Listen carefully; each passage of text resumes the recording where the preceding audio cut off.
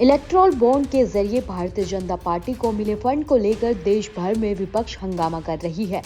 Social media से लेकर कई जगह नेता इसको लेकर सवाल पूछ रहे हैं। कांग्रेस अध्यक्ष मल्लिकार्जुन खड़गे के बाद अब समाजवादी पार्टी अध्यक्ष अखिलेश यादव ने इलेक्ट्रॉल बॉन्ड को लेकर भाजपा पर हमला बोला। अखिलेश यादव ने कहा कि इलेक्ट्रॉल बॉन्ड को चंदा कहा जाता है, लेकिन भाजपा सरकार में ये वसूली है। भाजपा सरकार पीडीए के हक का आरक्षण मारने के लिए सरकारी नौकरी खत्म कर रही है और प्राइवेट वालों का सारा प्रॉफिट इलेक्ट्रॉल बॉन्ड के माध्यम से हजम कर रही है। उन्होंने कहा कि इलेक्ट्रॉल बॉन्ड जनता के शोषण की, युवा के भविष्य को मारने की, आम जनता के दुख दर्द और दमन की 90% जनसंख्या वाले पीडीए के प्रताड़ना की भाजपाई गारंटी है।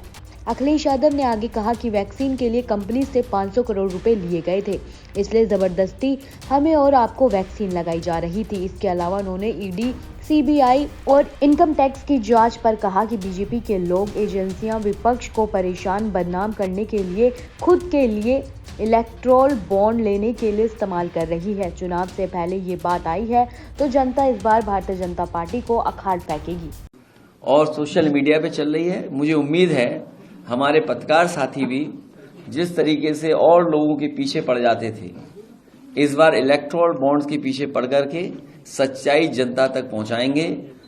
जो लोग दावा करते थे और जो पार्टी विद डिफरेंस की बात करते थे, जो लोग जनता को धोखा देते थे, ये बड़ी बड़ी एजेंसियां दूसरे विपक्ष के नेताओं को बदनाम करने के लिए, उनको डराने के लिए और उनकी छवि जनता में खत्म हो जाए, खराब हो जाए, उन एजेंसियों का इस्तेमाल करते थे और वही एजेंसियों का इस्तेमाल कर रहे हैं बड़े बड़े उद्योगपतियों से वसूलने के लिए।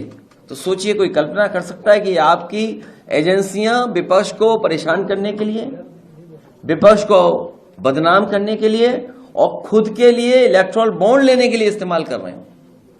ऐसा दुनिया के लोकतंत्र में नहीं होता होगा। ये लोकतंत्र को जिस तरीके से अपमानित करने का काम किया है और बाबा साहब भीमराव अम्बेडकर जी के दिया हुआ संविधान, उसको खत्म करने की साजिश चल रही है। चुनाव से पहले ये जो बातें आई हैं, ये जनता इस बार भारतीय जनता पार्टी को उखाड़ फेंकेंगे। आप ऐसी ही तमाम जानकारियों के लिए हमारे साथ बने रहें और देखते रहें सहारा समय का डिजिटल प्लेटफॉर्म।